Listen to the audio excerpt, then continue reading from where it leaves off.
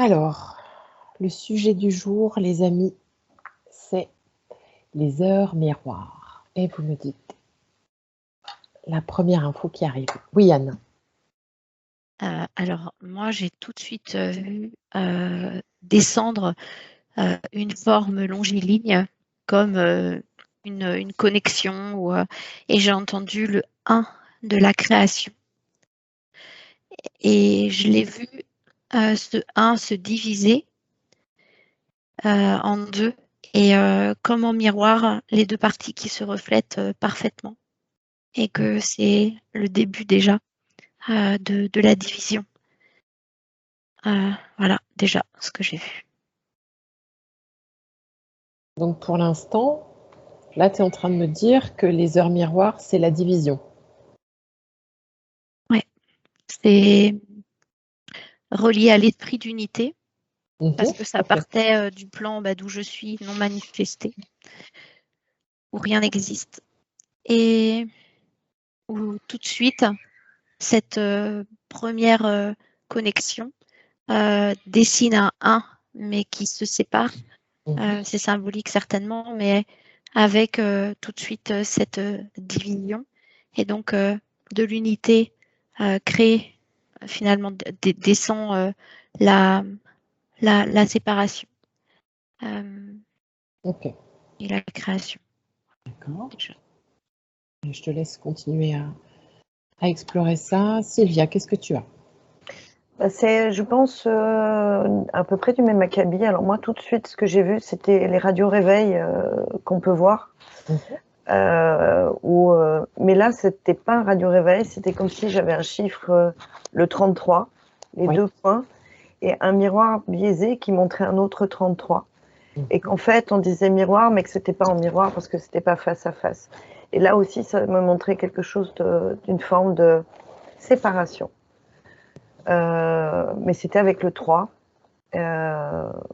Bon, tout ce que je sais, c'est que 3, 3, 3 de mémoire, en tout cas, c'était les archanges. Et voilà, j'essaye de comprendre parce que le miroir, tu sais, c'est pas un miroir, on dirait un vieux miroir. Oui. On dirait un vieux miroir, tu sais, un petit peu opacifié, comme on...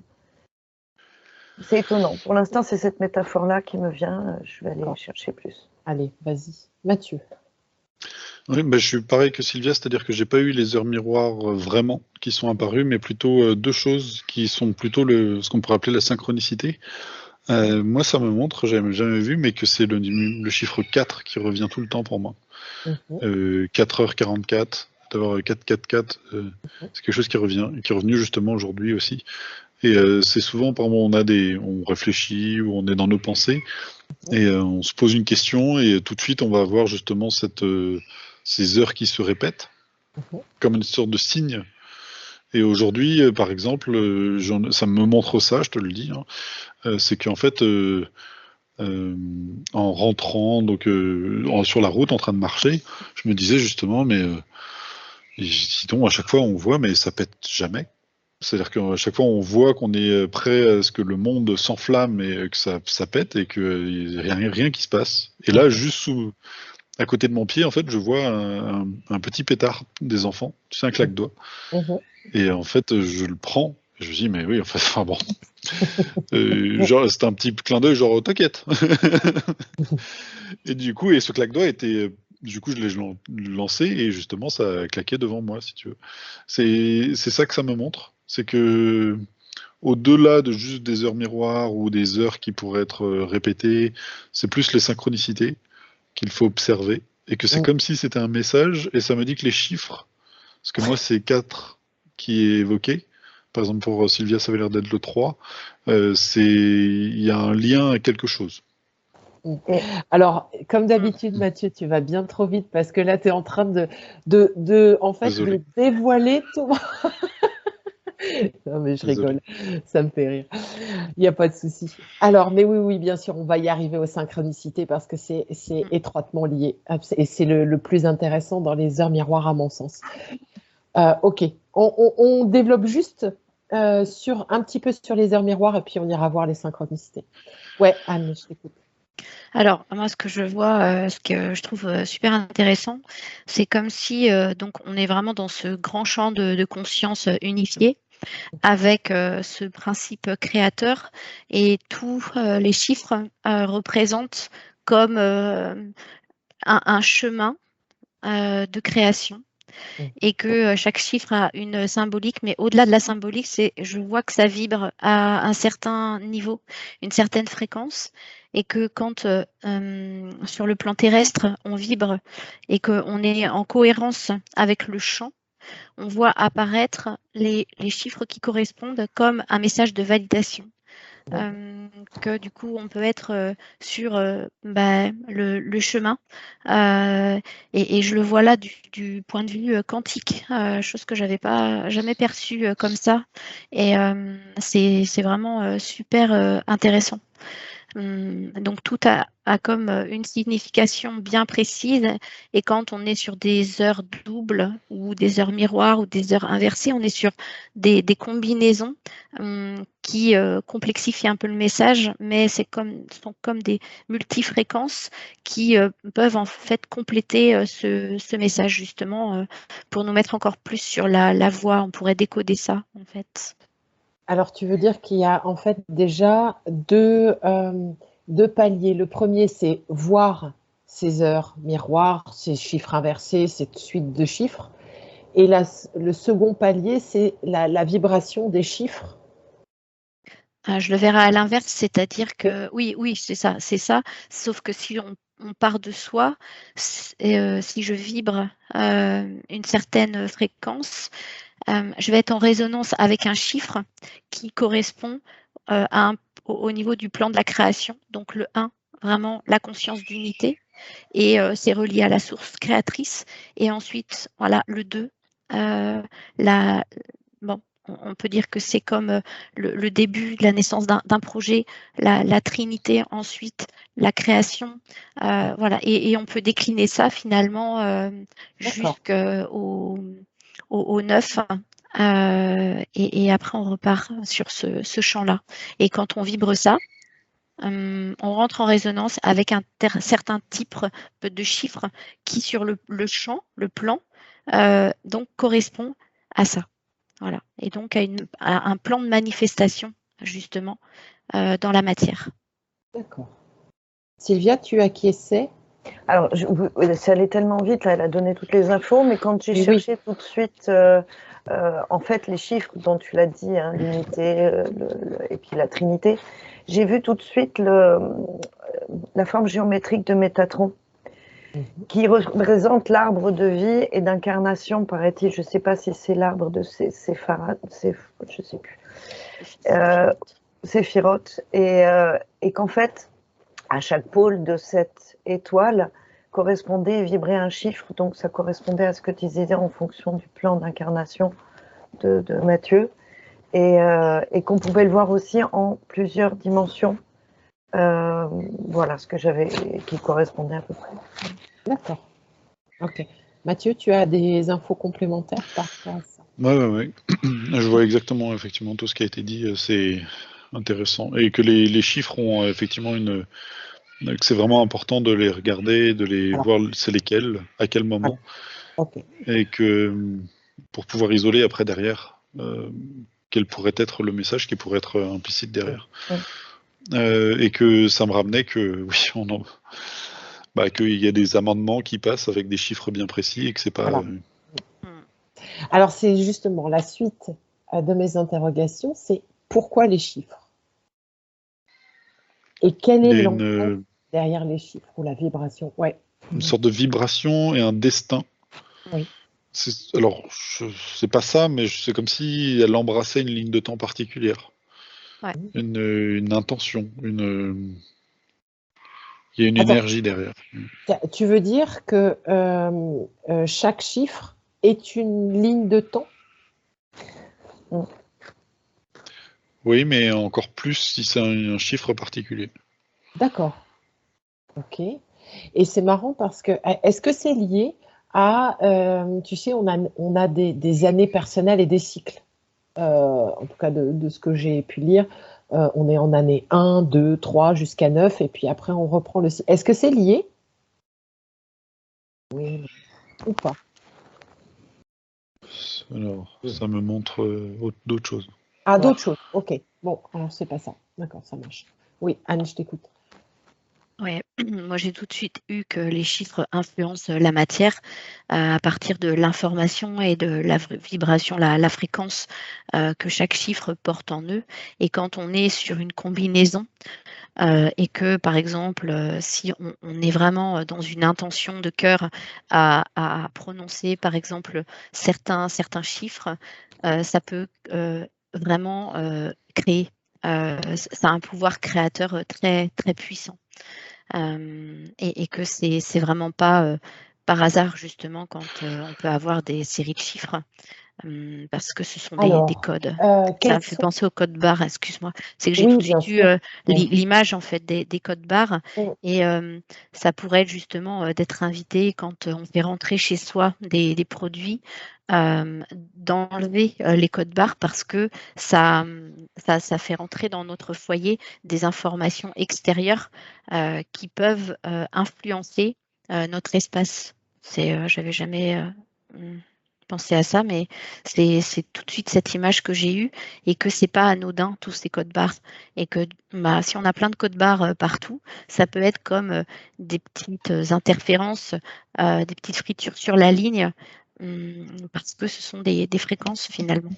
Alors, tu veux dire que les chiffres, s'ils ne sont pas vus par nous, pas conscientisés, pas dits, récités, je pense par exemple à Grabovoi, hein, les séries de chiffres, voilà, ce genre de choses où tu les répètes comme des mantras, mais même quand ils sont chez toi, sans que tu les regardes, les conscientises, les dises, les récites, ils ont une vibration, une influence? Ouais, ça me dit que c'est pas anodin. D'accord. Si tu n'es pas souverain chez Oui, c'est toi ça, et bien sûr, en toi. c'est ça. Si tu consciemment, effectivement, tu réensemences ta propre vibration, c'est OK. Par contre, ça peut vite devenir une pollution comme ça extérieure, effectivement, quand tu es dans le conditionnement et le cycle, on va dire, de l'industrie, par exemple. Ou, voilà. Ok. Si tu es souverain, et là peut-être que la phrase de Sylvia pourrait être ça peut être intéressant de la citer maintenant, là. Ouais. Mais effectivement, si tu es souverain, il n'y a rien qui rentre chez toi à part les énergies que tu as décidées. C'est ça. Tout à fait. Sauf si tu es avec un conjoint ou des gens qui sont interférés qui peuvent aussi le ramener, mais rien ne t'impacte. C'est vraiment ça qui est le plus important. C'est vraiment en fait, ouais, c'est vraiment. À chaque fois, on en revient tout le temps à cette souveraineté. Okay. D'où les phases effectivement actuelles que l'on a, hein, où justement notre souveraineté est challengée, mis en difficulté. Alors donc c'est moi, prénom. Je clame haut et fort récupérer mon identité, ma souveraineté, sur tous les plans, espace-temps, non-temps, non-espace. Je n'autorise personne ni aucune communauté à interférer dans mon corps physique, ni aucun de mes corps subtils. Je m'appelle et le prénom. Voilà. Ok, super.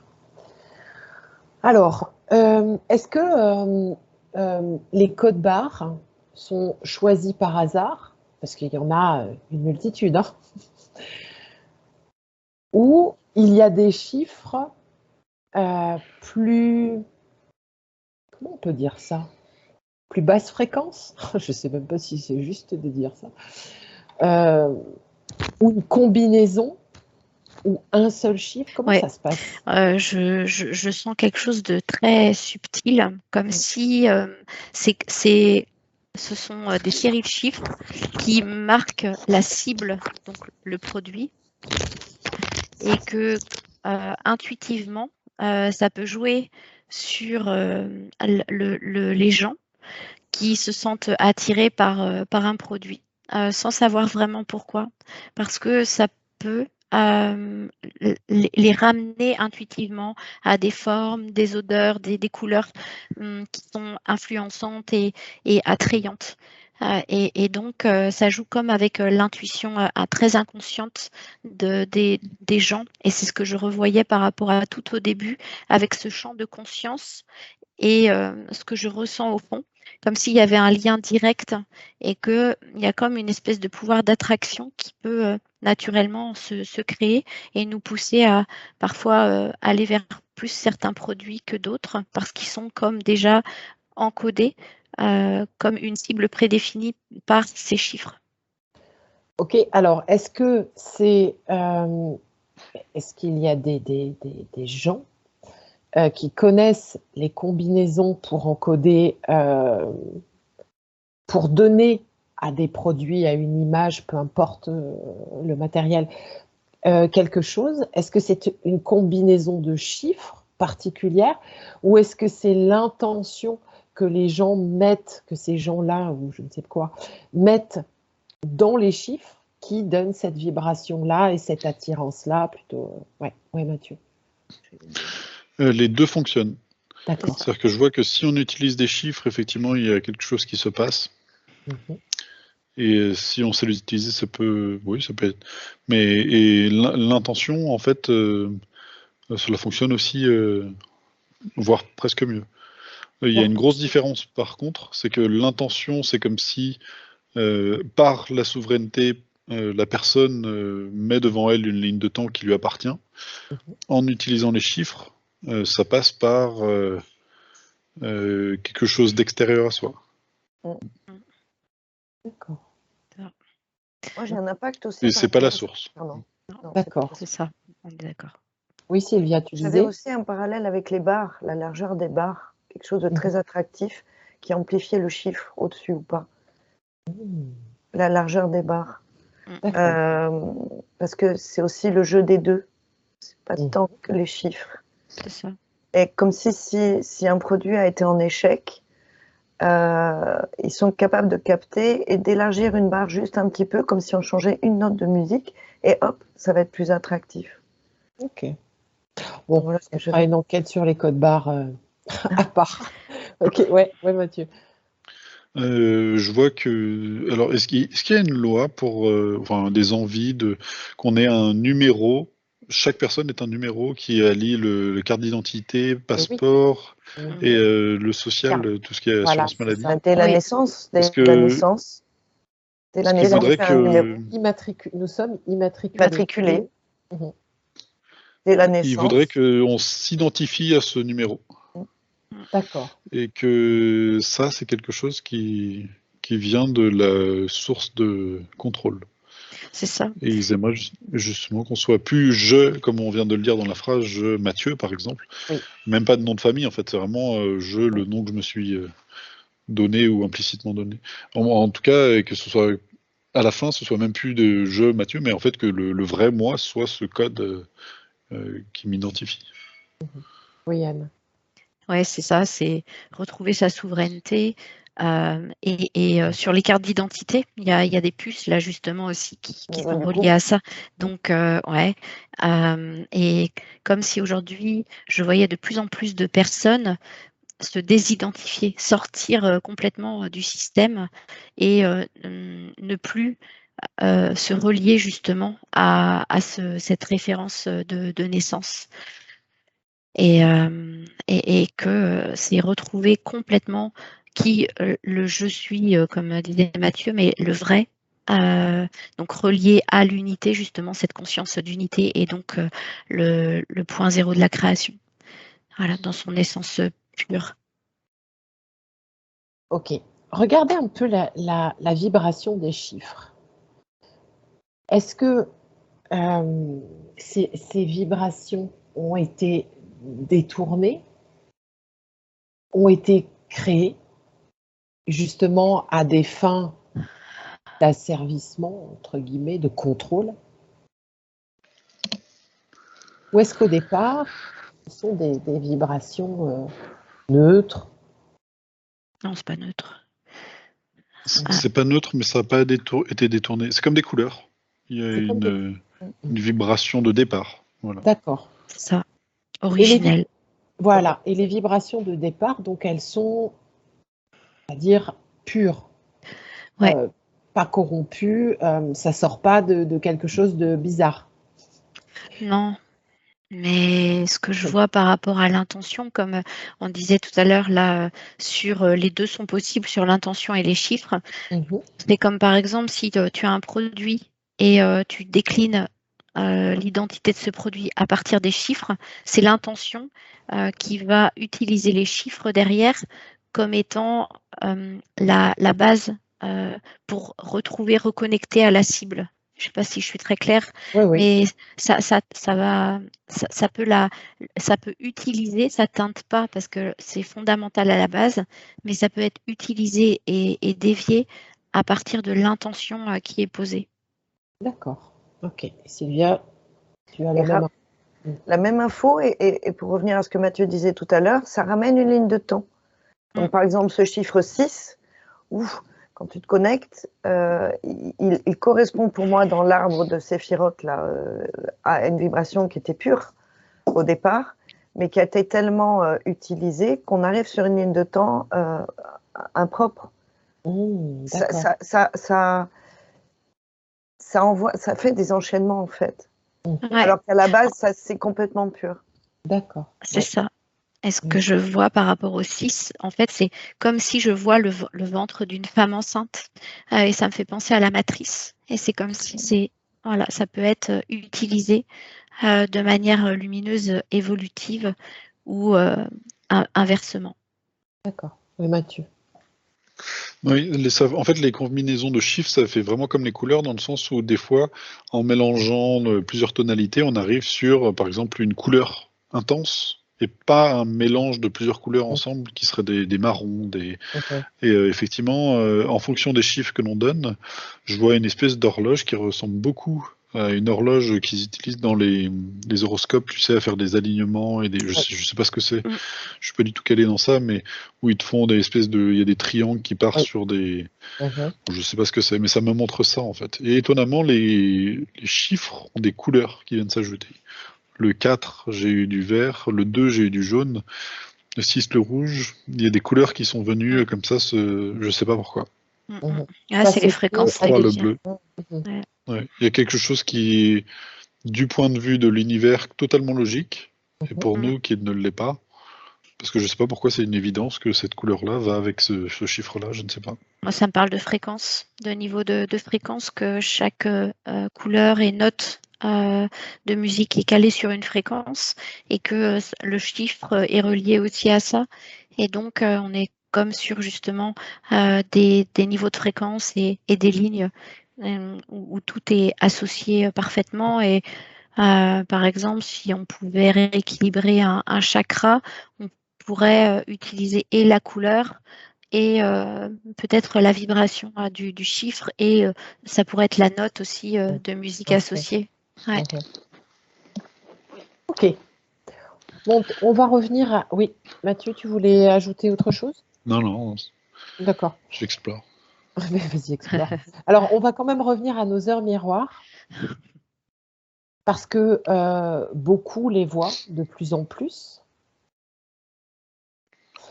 Et il y a une Américaine qui est très connue depuis longtemps, qui donnait, qui s'appelle Doreen Virtue, qui a donné la première, en tout cas une des premières, la signification associée aux heures et aux séries de chiffres. Et elle associait toujours les séries de chiffres ou les heures miroirs à des messages angéliques ou de maîtres ascensionnés ou de choses que... Est-ce que ça résonne pour vous? Oui. Alors oui, mais des fois c'est les entités qui peuvent le jouer à ça. Oh. Alors, à la base, oui, on est sur quelque chose de fondamental. C'est vrai, sauf quand c'est détourné. Néanmoins, sur l'essence de l'information pure, du chiffre, ça reste relié au plan de création évolutif. Moi, je le vois comme ça.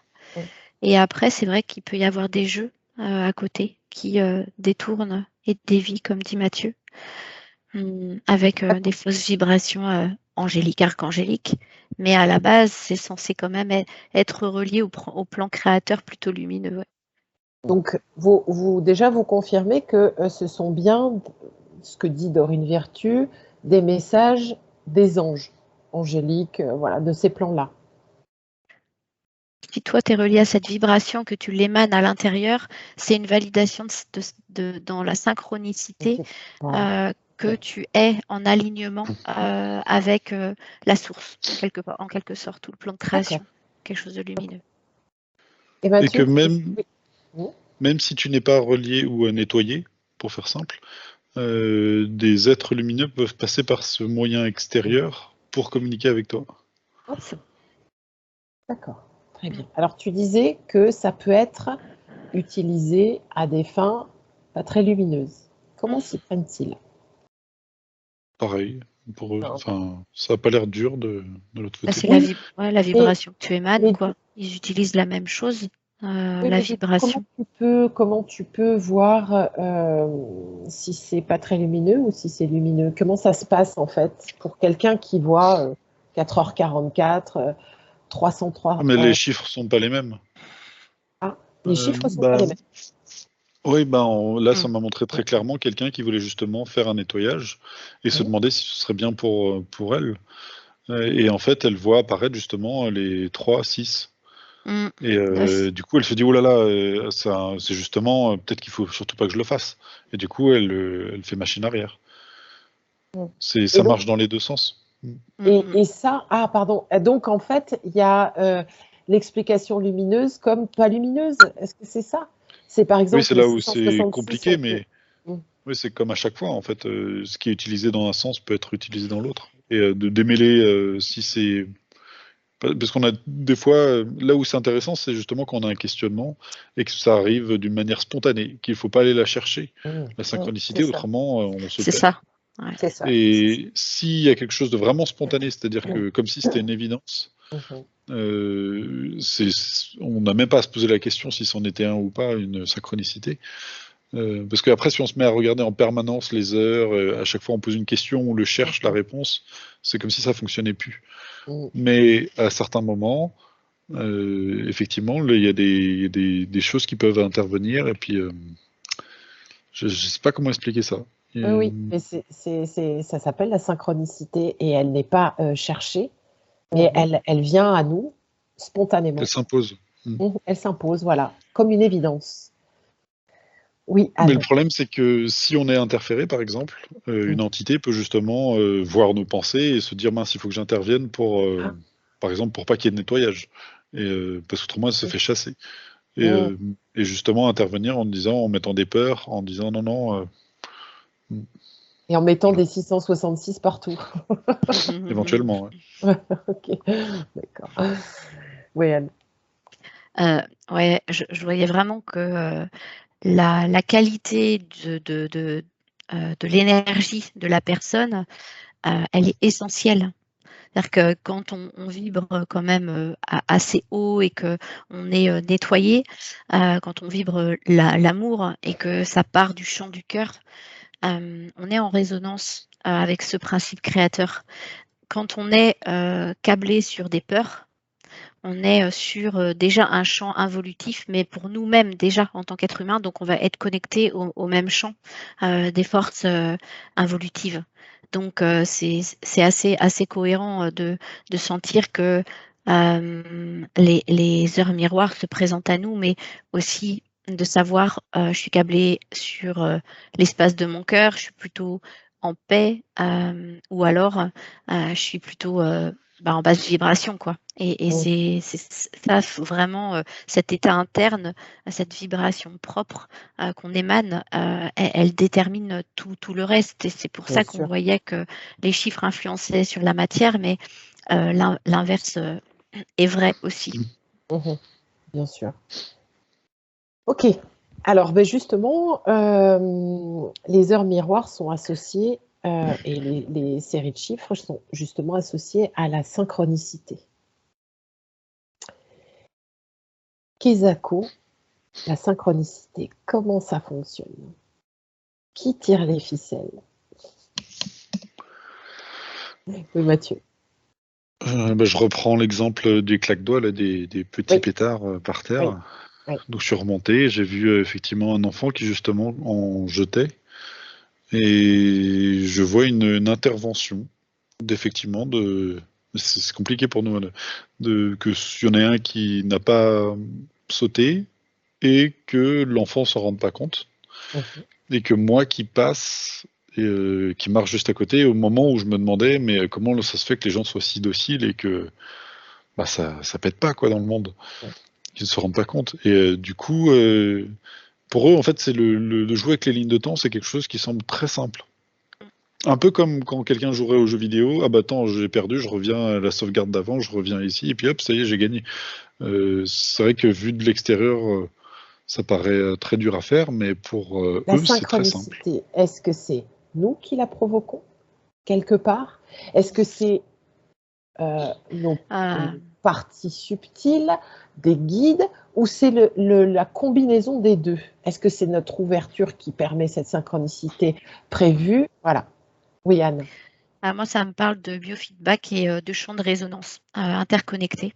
C'est-à-dire que, alors, je vais donner un exemple. La nuit où ma grand-mère est décédée, ça va te faire plaisir en plus, Mathieu, parce que je me suis réveillée à 4h44, donc c'était des 4 aussi. Et le lendemain, quand j'ai appris qu'elle était décédée, elle est effectivement, l'appel a été passé peut-être 5 minutes après. Et donc, il y a de fortes chances que son départ ait eu lieu à ce moment-là. Donc, comme un clin d'œil, certainement, avec ces chiffres, ces horaires miroirs, où tu ne peux que porter ton regard dessus, et en même temps, comme si c'était aussi un clin d'œil, un message passé de conscience, de champ de conscience à champ de conscience, comme voilà, ce champ de résonance-là qui rentre en contact parfaitement, et comme une synchronicité, mais tellement parfaite, quoi. Ok. Sylvia, qu'est-ce que tu as comment? Le pétard m'a perdu un petit peu. Moi, tout de suite, j'avais comme si c'était, alors, champ de résonance certainement, espace-temps oui.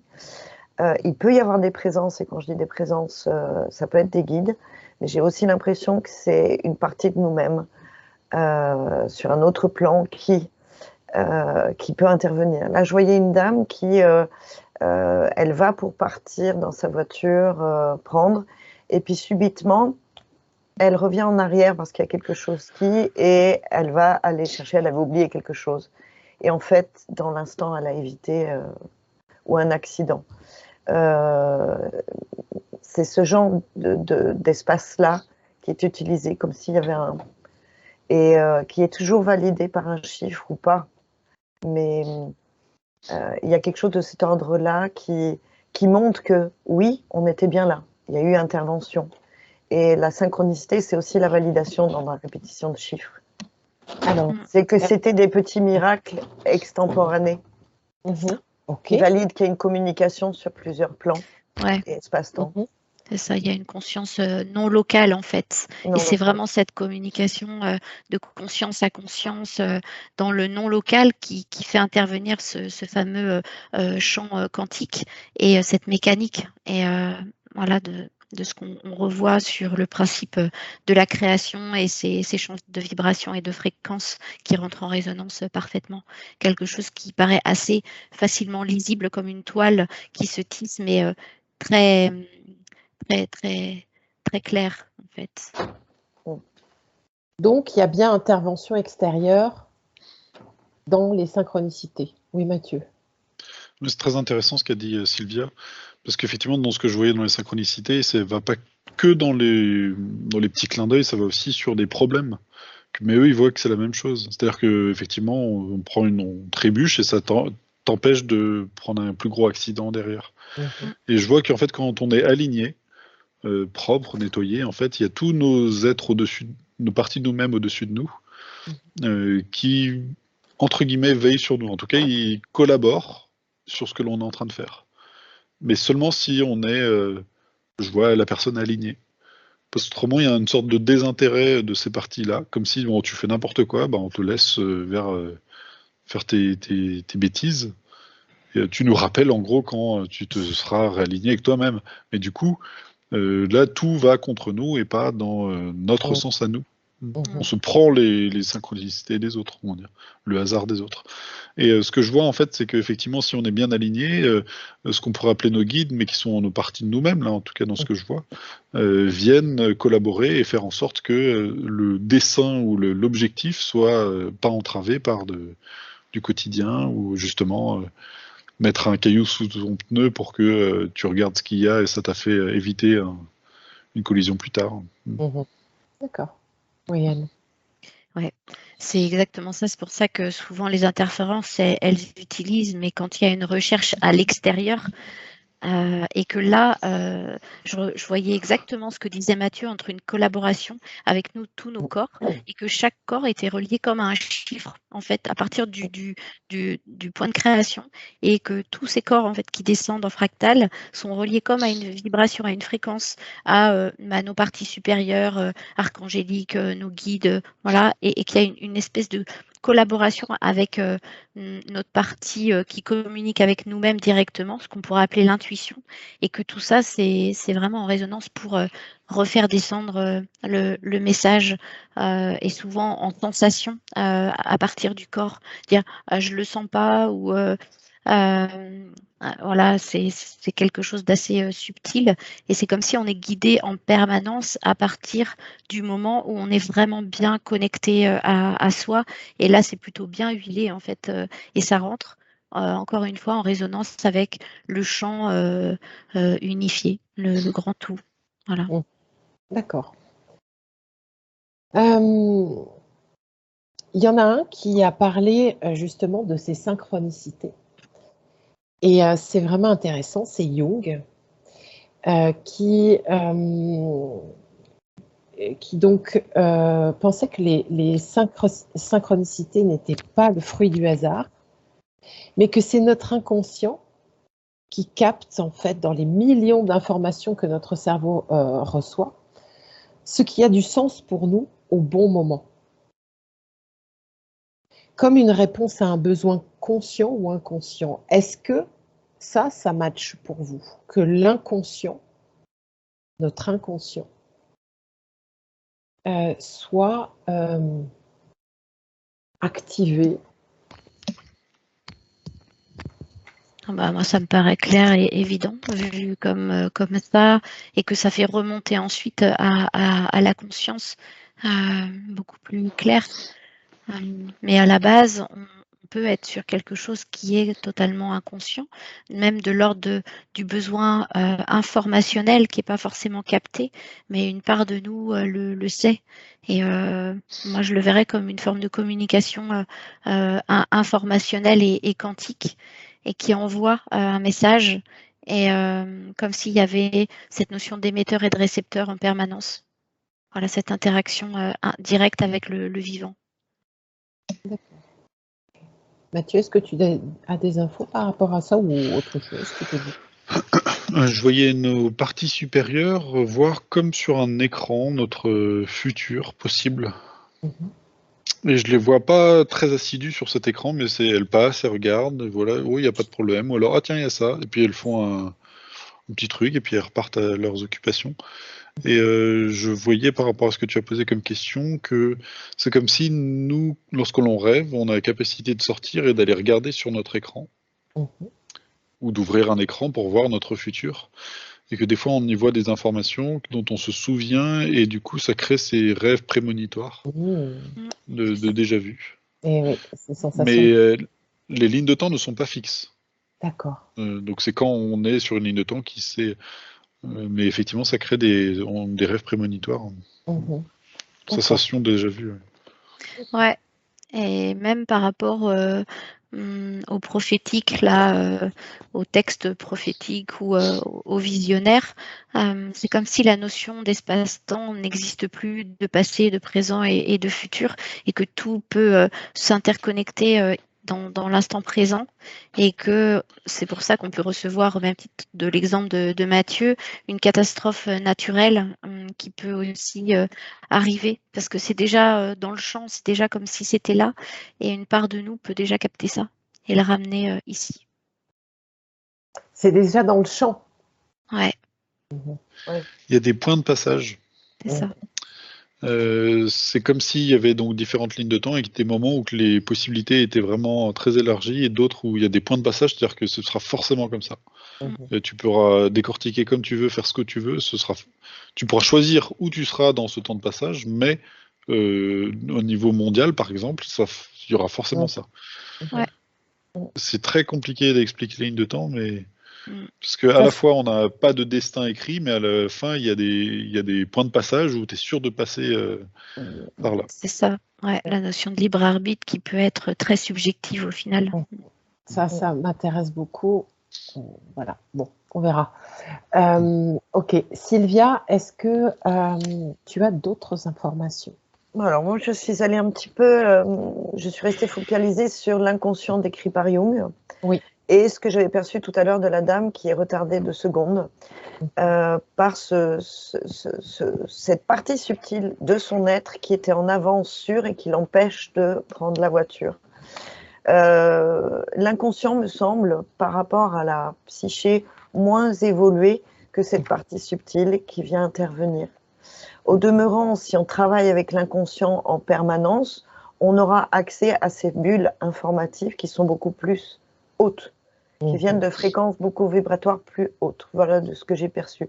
En fait, l'inconscient est là théorisé, très riche, il explique, mais c'est une explication, je dirais, voilà, qui manquait quelques petits trucs à l'explication. Voilà. C'est ça. C'est théorisé, si tu préfères, alors qu'il décrit bien, tout à fait, le système quantique et notre système, mais comme si c'était une part extérieure à nous, alors que c'est une part intérieure, mais décrite à travers un champ d'évolution qui n'est pas aussi évolué que celui que j'ai vu qui intervenait.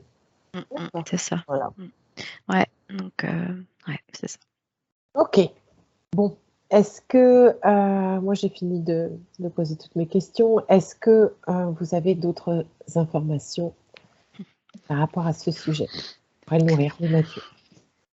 Si quelqu'un est nettoyé, souverain, et commence à justement se rendre compte de ses synchronicités et du fait que les parties au-dessus travaillent pour soi, là il y a quelque chose de vraiment magique qui se crée.